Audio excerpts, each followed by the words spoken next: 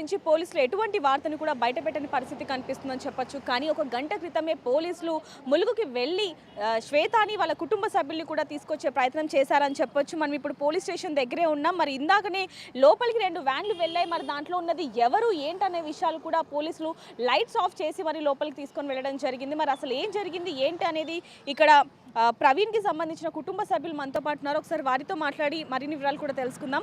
అన్న నమస్తే. ముందు నుంచి కూడా మీరు ప్రవీణ్ కుటుంబానికి చాలా హెల్ప్ చేస్తున్నారని చెప్పొచ్చు, ఊరు పెద్దగా అలాగే కుటుంబ సభ్యుడిగా.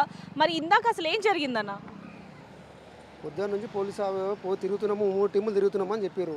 ఇందా గంటన్నరకు వెళ్ళారు, తోలుకొస్తాను వెళ్ళిండు సారు. సార్ గారు సివిల్ డ్రెస్లో వాళ్ళందరూ వెళ్ళారు. ఇప్పటిదాకా 2 పర్సన్స్ ఇద్దరు తోలుకొచ్చి లోపల వెళ్ళారు. పవర్ పోయింది, ఎవరు అనేది క్లారిటీ లేదు. ఇద్దరు వచ్చారు.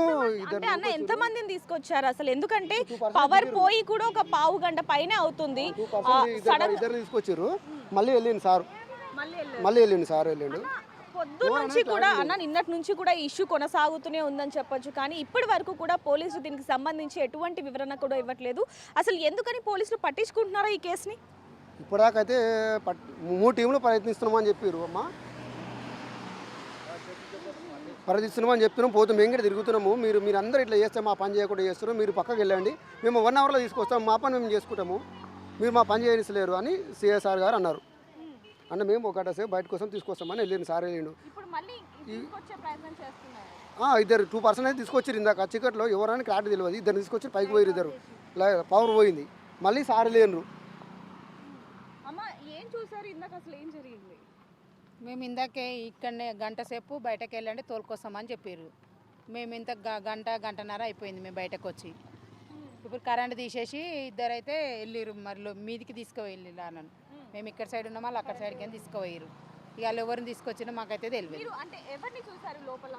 మేము ఎవ్వరిని చూడలే, కరెంట్ లేదు కదా మేడం. పట్టుకొని పోతుంటే కనిపించిన మేము లైట్ పెట్టుకొని తెలియదు అట్లా. న్యాయం జరగాలి, శ్వేత కావాలి అని చెప్పి ఇక్కడ కూర్చున్నారు. మరి ఇప్పటికీ కూడా శ్వేత ఆచూకీ తెలియని పరిస్థితి, దాని గురించి ఏం చెప్తారు? ఆమె ఎక్కడుందో వాళ్ళ అమ్మనైనా తీసుకోరు కదా మేడం. వేరే వాళ్ళు తీసుకోవతనేమో మేము ఎక్కడుందని మేము అడుగుతుంటే వాళ్ళ అమ్మనైనా కూడా ఆమె వెంటనే ఉన్నారు కదా. మరి మేము ఎవరిని అడగాలి అట్లా? దీనికి సంబంధించి అమ్మ మీరు కూడా నిన్నటి నుంచి ఉన్నారు, మరి ఇప్పటి వరకు కూడా శ్వేత ఆచూకీ తెలియట్లేదు. ఒకవైపు ఏమో ప్రవీణ్ శ్వేత లేకపోతే నేను చనిపోతాను అంటున్నాడు. మరి దానికి సంబంధించి మీరు ఏమంటారు? ఆ కుటుంబానికి ఏ విధంగా సాయం చేస్తారు? తీసుకురావాలి మేడం. మేము కూడా నిన్న నుంచి వర్షంలో బయట పోలీసులు 1 గంట సేపు బయటకు అంటే బయటకు వచ్చినాం. మేము కూడా ఆమె రావాలనే చూస్తున్నాం కదా. పొద్దున నిన్న 8 గంటల నుంచి రాత్రి 10 గంటల దాకా, మళ్ళీ అలా పొద్దున్న నుంచి ఇప్పుడు 10 గంటల ఇప్పటి వరకు కూడా ఉన్నాము.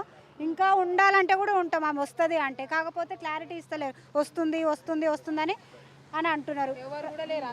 అందరు వెళ్ళిపోయినారు.